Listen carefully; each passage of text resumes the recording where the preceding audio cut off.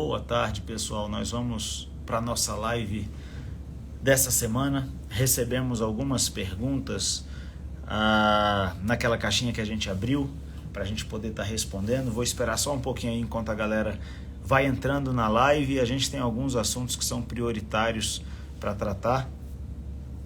Toda quinta-feira, 17 horas, a gente está fazendo nossa live. O pessoal está entrando. Eu começo a falar sobre o assunto mais importante que a gente tem nesse momento aqui na CLDF. Talvez seja o assunto mais importante do Brasil nesse momento. O Matheus já entrou aí, estamos juntos. Brasil sem aborto, isso é importantíssimo.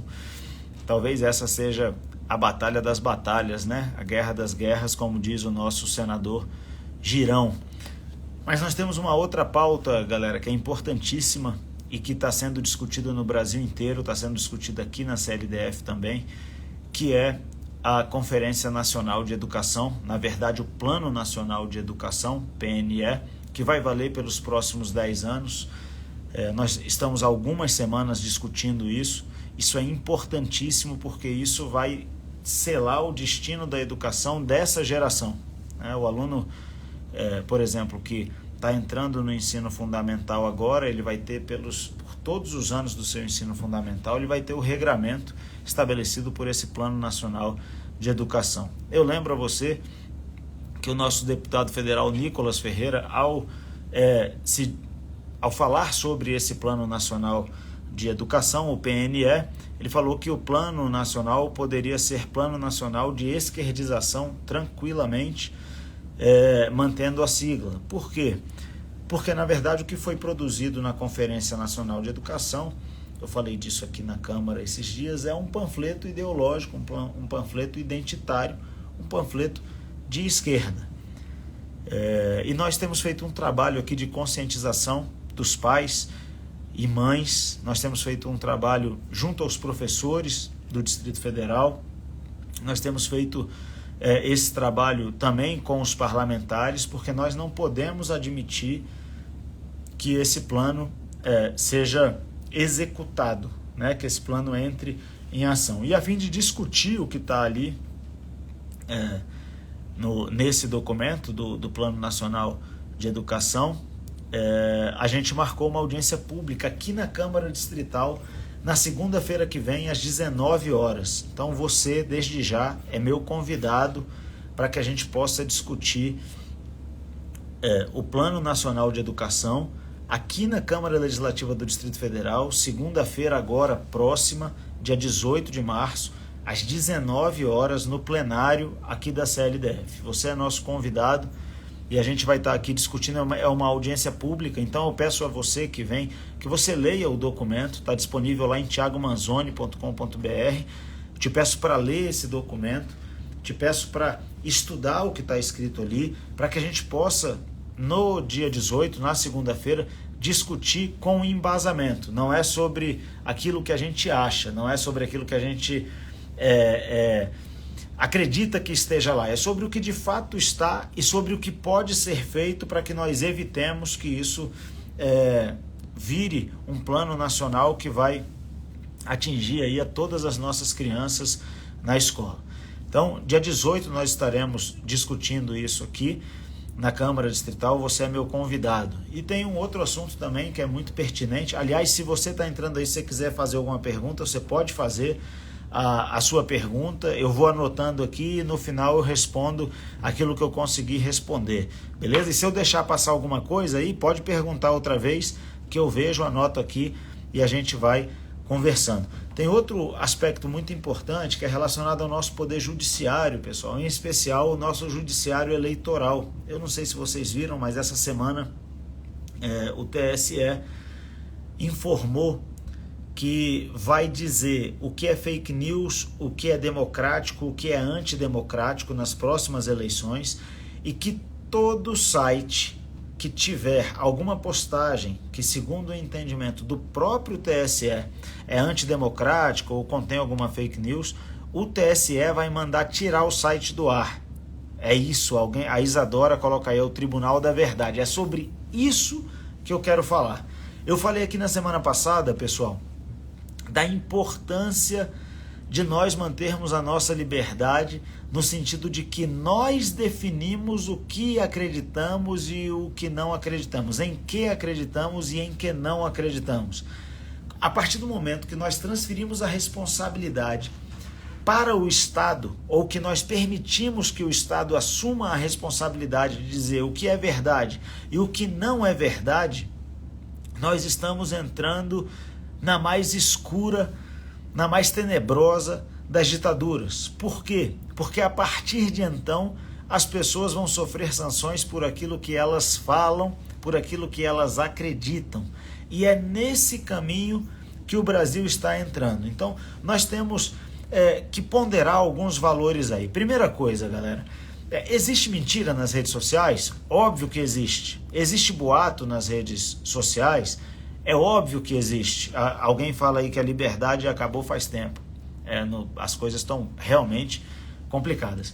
Mas existe mentira na rede social? Existe boato na rede social? Existe boato no WhatsApp? É óbvio que existe. Lógico que existe. Isso sempre existiu na história da humanidade. Isso não foi inventado com o WhatsApp. A mentira sempre existiu. Sempre teve gente mentirosa. Boato sempre existiu. Isso é comum na história da humanidade. O que não existia antes, ou pelo menos não existia no Brasil, em alguns lugares até existiu, era um grupo de pessoas que fazia uma triagem, um filtro, e que dizia para os outros em que os outros poderiam acreditar ou não, e qual opinião poderia ser verbalizada ou não. E o momento que nós vivemos no Brasil hoje é um momento em que nem tudo pode ser dito e nem todo pensamento pode ser pensado. Então, existem pessoas no Brasil que têm o entendimento de que elas próprias é que vão determinar o que é verdade e o que não é verdade, o que pode ser dito e o que não pode ser dito, qual opinião pode ser emitida, qual opinião não pode ser emitida. E isso, pessoal, nós não podemos admitir. Por mais que eu discorde daquilo que alguém acredita, ou por mais que eu discorde daquilo que alguém fala, essa pessoa tem que ter o direito de falar o que ela quer dizer. E tem que ter o direito de acreditar naquilo que ela quer acreditar.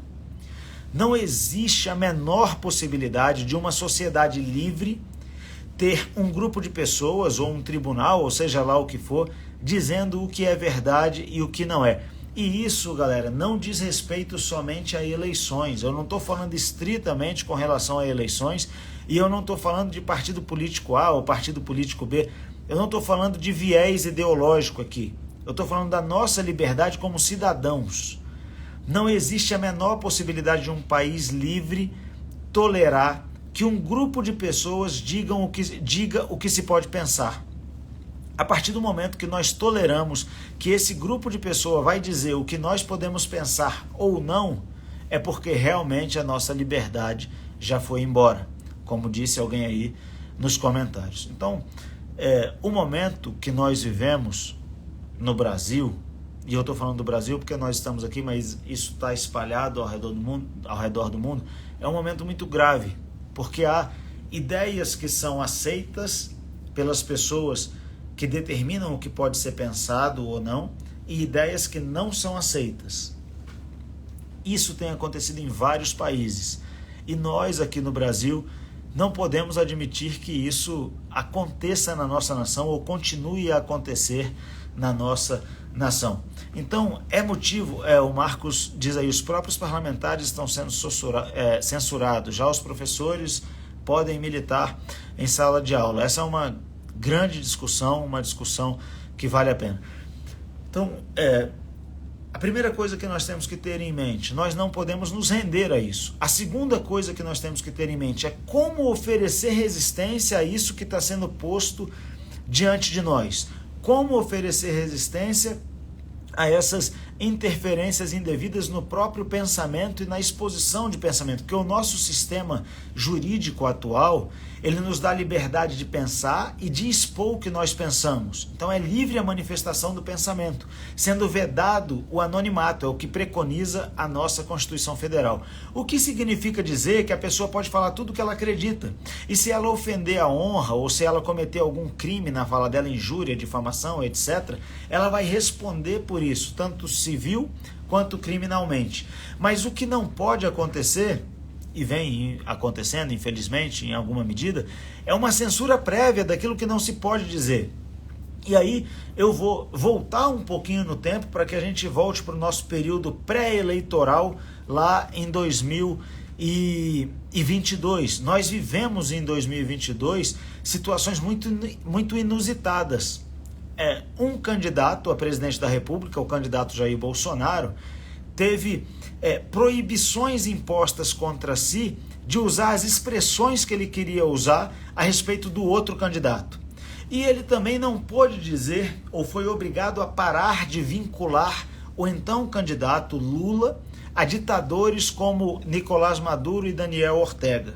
Isso foi proibido pela justiça, sob o pretexto ou sob o argumento de que isso seria fake news, mentira, né?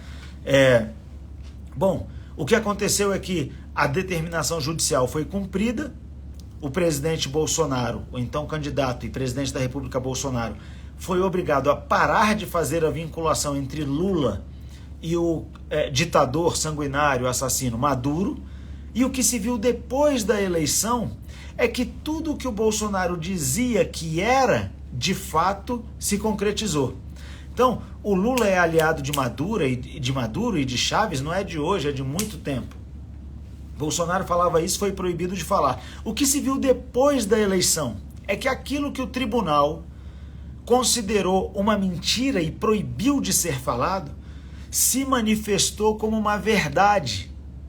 Foi produzido, nós vimos a aliança entre Lula e Maduro e continuamos vendo. Maduro vai fazer eleições agora na Venezuela. Ele é o único candidato. O Lula está apoiando essa eleição que está dizendo lá e está dizendo que essa eleição é democrática, gente. E todos os opositores do Maduro estão inelegíveis. Todos os opositores do Maduro estão inelegíveis. A eleição que vai acontecer na Venezuela é a eleição de um candidato só. E o Lula apoia essa eleição acontecendo dessa maneira. E o Lula agora se diz abertamente aliado de Nicolás Maduro. Então, quer dizer, o que o Bolsonaro falava na eleição, na campanha, de que o Lula era aliado do Maduro, era verdade. Era verdade, não era mentira. Mas ele foi proibido de falar pelo Poder Judiciário, que dizia que aquilo não era verdade. Ora, o tempo não volta e é impossível corrigir essa decisão judicial que hoje se revela inadequada, equivocada. Você não pode voltar no tempo e permitir que seja dito que agora se provou verdade. Já era verdade naquela época, mas agora se provou de maneira inequívoca, inconteste de que é verdade. Então nós não podemos permitir que se produza esse tipo de equívoco por uma espécie de rol selecionado de pessoas, pessoas muito iluminadas, que vão dizer o que é verdade e o que não é. Isso não pode acontecer no Brasil. Nós não podemos permitir. Agora, de que forma fazer esse enfrentamento? Nós precisamos discutir essas coisas todas, pessoal, com fundamento e amparo na filosofia que determinou como a sociedade ocidental funciona. Então não adianta fazer um enfrentamento, ou continuar a fazer um enfrentamento direto com o Poder Judiciário, personificando a discussão. A discussão tem que ser no campo das ideias, porque no campo das ideias o argumento da liberdade sempre vai prevalecer. Quando nós mostramos fatos como esse fato que eu acabei de mostrar, é muito mais fácil nós vencermos uma discussão, ao invés de ficar apenas apontando o dedo para o outro lado e dizendo fulano de tal, Beltrano, isso, aquilo. Pô, velho, beleza. Tá bom, a gente sabe quem está fazendo e o que está fazendo. Mas vamos para o campo das ideias, porque no campo das ideias é muito mais fácil da gente prevalecer e é muito mais fácil da gente convencer quem está ao nosso redor de que as coisas não estão andando bem. Eu dou outro exemplo, agora indo para o poder legislativo, eu dou outro exemplo de que a população brasileira é conservadora e elegeu um Congresso conservador e de que esses enfrentamentos ideológicos têm como local para acontecer a arena política. É o Congresso Nacional, são as casas legislativas estaduais, lá nesses locais é que esse enfrentamento político-ideológico deve acontecer e não nos tribunais.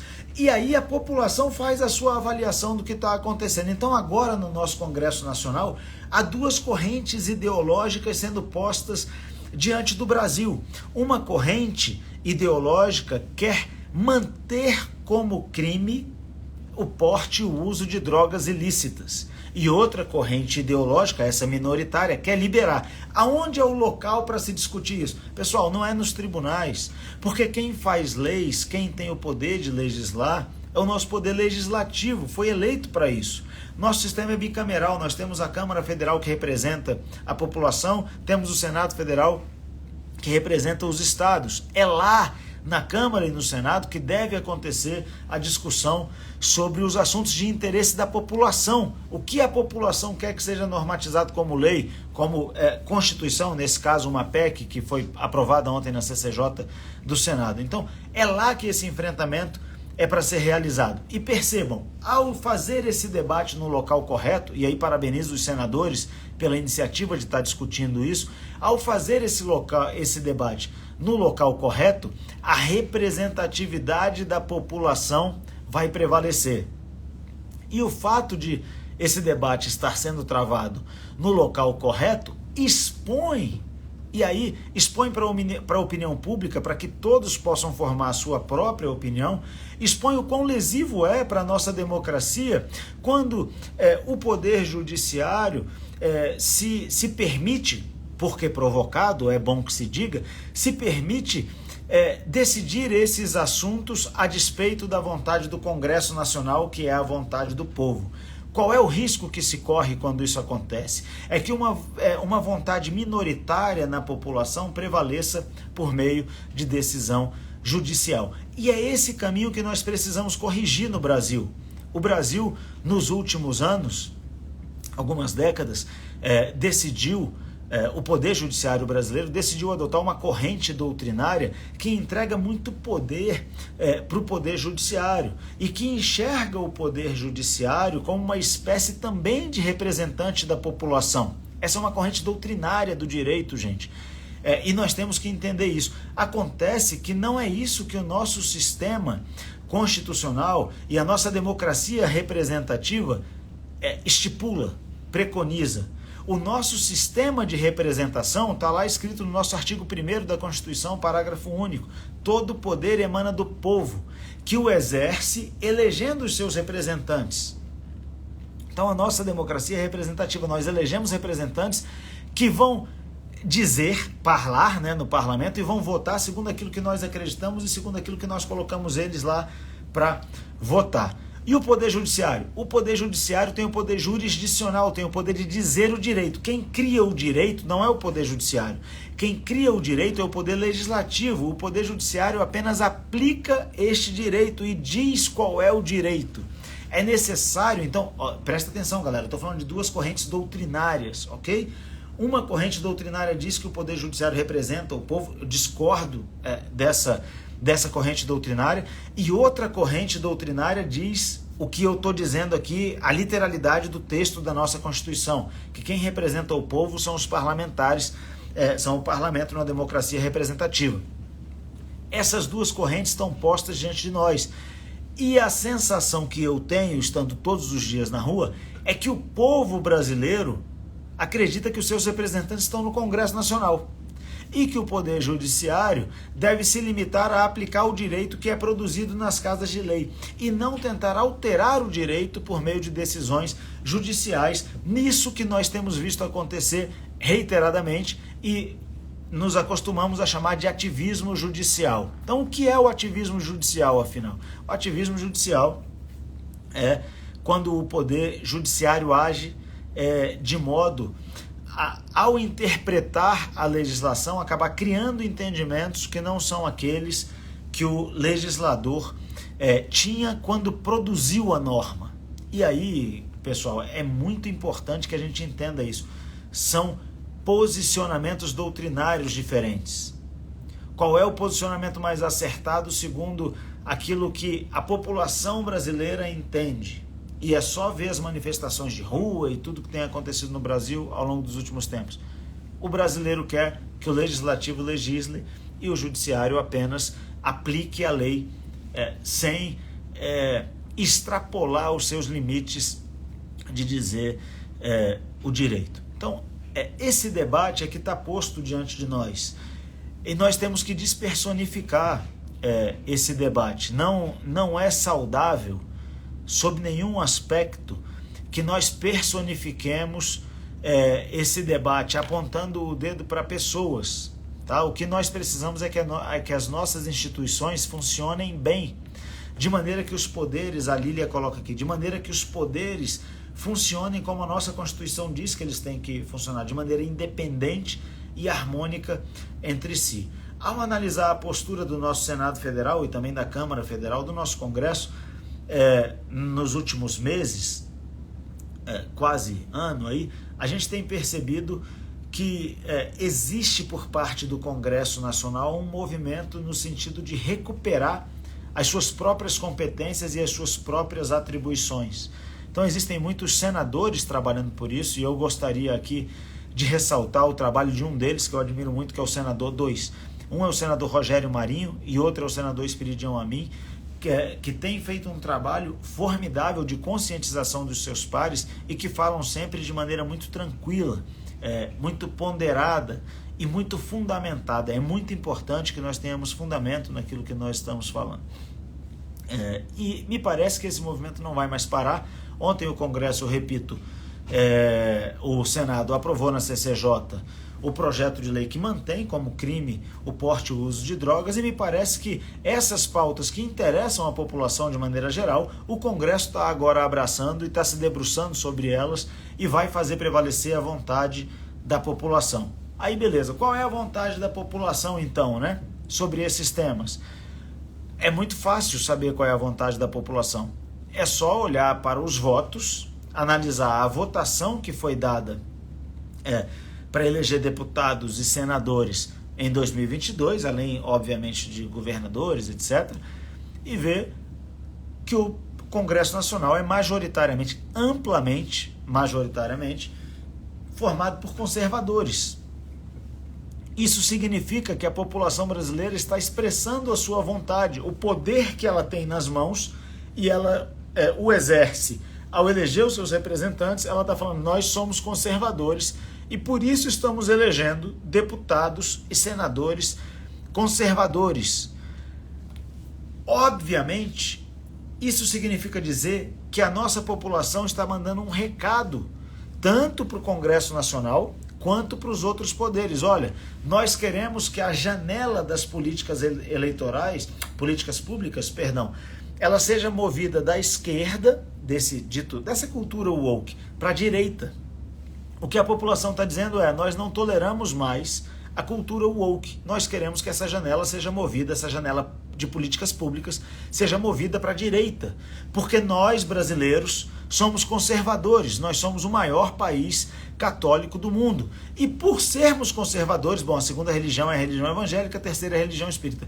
Por sermos conservadores, o conservadorismo ele emerge de uma dimensão transcendente e também da nossa ordem interior. Isso tem uma vinculação, nos faz conservadores. O Mineirinho me pergunta quando é que nós vamos fazer outro movimento, eu já respondo.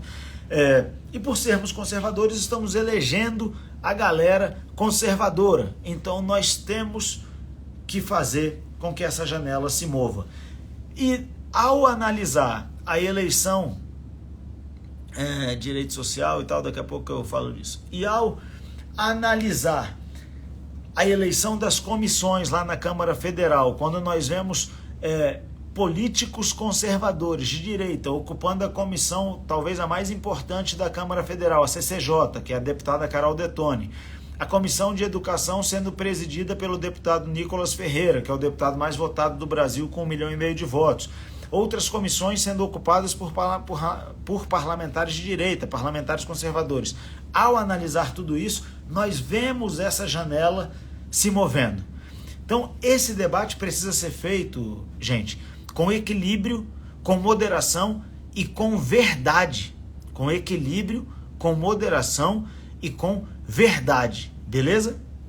Então, esse é o posicionamento que eu queria externar. Nós não podemos admitir em hipótese alguma o Ministério da Verdade e temos que fazer essa discussão com equilíbrio, com moderação e sempre com a verdade, beleza?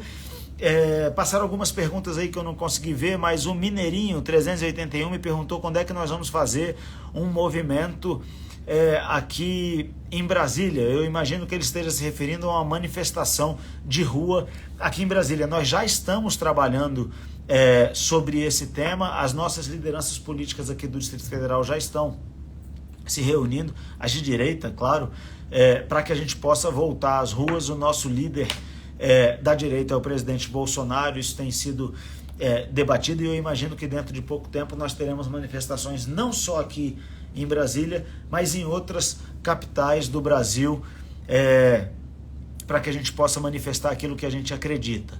Bom, as pautas dessa manifestação, dessas manifestações são imprescindíveis. Eu não sei quem falou de pauta aqui, mas algumas pautas a gente precisa levar para essas manifestações. É importantíssimo que nós tenhamos boas pautas. Vamos lá, galera. Primeira coisa que eu acredito, aqui vou dar meu posicionamento pessoal, tá? Sobre as pautas dessas manifestações. Primeira coisa, o Brasil está sendo desgovernado pelo Lula. Lula já cometeu uma série de crimes de responsabilidade. Um deles foi colocar o Brasil no centro do conflito entre Israel e Hamas, tirando o Brasil da sua neutralidade, o que é descrito pela nossa legislação como crime de responsabilidade. O pedido de impeachment sobre esse assunto já foi efetuado, já foi redigido, não sei se ele já foi protocolado, mas é importante que se diga que esse pedido de impeachment é o pedido de impeachment que tem mais assinaturas na história da Câmara Federal, do Congresso Nacional. O que isso quer dizer? Quer dizer que ele não tem sustentação política. O governo Lula é um governo fraco politicamente, ele não tem sustentação política. O maior partido na Câmara Federal hoje é o PL, partido de oposição ao governo Lula. De modo que, ao se unir a baixa adesão popular do PT, e isso ficou muito claro no último dia 8 de março, quando o PT convocou manifestação para a Avenida Paulista e não deu nem 1.000 pessoas. Eles não têm apoio da população. Ao unir a queda da aceitação do governo nas pesquisas de opinião pública, o governo Lula não agrada mais de 30% da população brasileira. Não é que 30% se desagrada, é que ele não consegue agradar 30%. Essa queda de aceitação, e eu até acho difícil que ele tenha essa aceitação toda, porque quando Bolsonaro sai na rua, Bolsonaro é ovacionado, vai um monte de gente atrás de Bolsonaro, todo mundo quer encostar nele, quer abraçar ele, quer uma foto com ele. Ele é o maior líder político brasileiro, não tenho dúvida. Mas não é só isso. Do outro lado tem alguém que não pode sair na rua. O Lula não pode sair na rua. Então, eu acho que ele não tem popularidade nenhuma. Sem popularidade, sem força no Congresso Nacional, que é o que acontece hoje com o governo Lula, dificilmente ele consegue se manter no cargo.